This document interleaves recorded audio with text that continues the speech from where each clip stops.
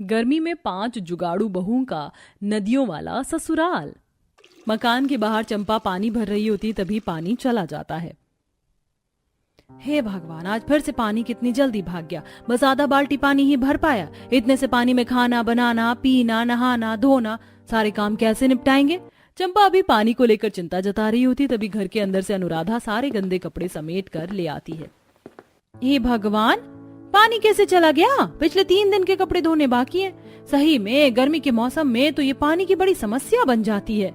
हाँ, मगर इस समस्या को टाला भी तो नहीं जा सकता। अब हम पांचों को इसका समाधान निकालना होगा। तभी रेखा जैसे ही बाल्टी में पानी का रंग देखती है तो वो बिल्कुल काला था, जिससे वो मुंह भिड़का लेती है। ये भगवान, इस बाल्टी के पानी में से कितनी दुर्गंध आ रही है। चंपा, तुमने बाल्टी में गंदा पानी भर दिया। देख कर तो पानी भरती। बाल्टी में थोड़ा सा भरा पानी देखकर उसे खाना बनाने में इस्तेमाल करने वाली उनकी उस उम्मीद पर भी पानी भर जाता है। पता नहीं आज हम 5 बहू ने किसका मुंह देखा था। बगैर पानी के खाना कैसे बनेगा। पानी का जुगाड़ कहाँ से लगाएंगे। अब हम पांचों के पास कोई चारा नहीं है नदी से पानी भरकर लाने के अलावा। सविता के नदी पर जाने की बात सुनकर बाकी चारों बहुएं चंपा, अनुराधा, रेखा, किरण कड़ी धूप देखकर चुप्पी साध लेती हैं। पर जेठानी जी, आपने देखा है कितनी तेज धूप निकली है। तन बदन जलाकर राख कर देगी। थोड़ा मौसम में ठंडक आ जाएगा तो शाम को 4 बजे नदी पर चल पड़ेंगे। फिलहाल के लिए अपनी पड़ोसन मधु से 1 बाल्टी पानी मांग लेते हैं। इतने में खाना बनाने का जुगाड़ तो लग ही जाएगा। किरण दूसरी खाली बाल्टी उठाकर पड़ोसन मधु के घर आती है। हमारे नलके का पानी चला गया है, 1 बाल्टी पानी मिलेगा क्या।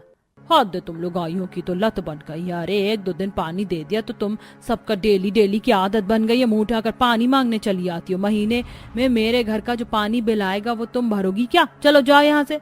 अकड़ू पड़ोसन किरण को खरी खोटी सुनाकर भगा देती है। जहाँ बाकी चारों बहुएं खांचे के अंदर पानी के इंतजार में बैठी थी। जूठे बर्तन एक तरफ फैले पड़े थे, मैले कपड़े एक तरफ पड़े थे। तभी सास रेवती खांसते हुए पानी मांगती है। अरे किरण बहू, पानी ले आई क्या। प्यास के मारे गला सूखा जा रहा है, पानी पिला दे जरा। अपनी बुजुर्ग सास को पानी के लिए छटपटाता देखकर किरण की आंखें भर आती हैं। माँ जी, पड़ोसन ने हमें पानी देने से मना कर दिया। मुझे तो पहले ही पता था उसका पति अच्छा खासा कमाता है, इसीलिए तो उसने अपने घर में मीठे पानी का मोटर भी लगवा लिया है। इसीलिए अकड़ में रहती है। छोड़ो, जाने दो। चलो नदी पर चलते हैं, कपड़े भी धो लेंगे, नहा भी लेंगे और पानी ले आएंगे।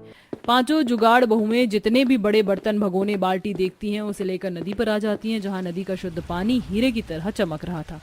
चलो अब आपस में काम बांट लो। मैं और चंपा बर्तन मांज लेती हैं, तो फिर मैं और रेखा गंदे कपड़े धो लेते हैं और मैं तब तक पानी भर लेती हूँ। फिर सब नदी में नहाएंगे। वैसे तो पांचों बहुएं गरीबी में एक किराए के पुराने मकान में जीवन यापन कर रही थी और सबके पति दिहाड़ी मजदूरी का काम करते थे, जिससे बड़ी मुश्किल से पूरा परिवार 2 टाइम की रोटी खा पाता था। हर साल गर्मी का मौसम शुरू होती 5 बहू को पानी की किल्लत और भयंकर गर्मी झेल कर रहना पड़ता। हाँ, सच में नदी के ठंडे ठंडे पानी में नहा धोकर कितना सुख मिल रहा है। चलो अब जल्दी से घर चलते हैं, थोड़ी देर में सांझ ढलने वाली है। अंधेरा छाते जंगली जानवर भटकने लग जाएंगे। मेरा तो इस नदी से जाने की बिल्कुल इच्छा नहीं हो रही। काश कि हमारा घर यहीं होता। कुछ देर में पांचों घर आ जाती हैं। ये भगवान, इस घर में तो कितना भपका है। अब तो कसम से इस मकान में रहना दूभर हो गया है। मगर हम कर भी क्या सकते हैं सिवाय गर्मी झेलने के। चलो खाना बना लेते, हमारे पतियों के आने का टाइम हो गया।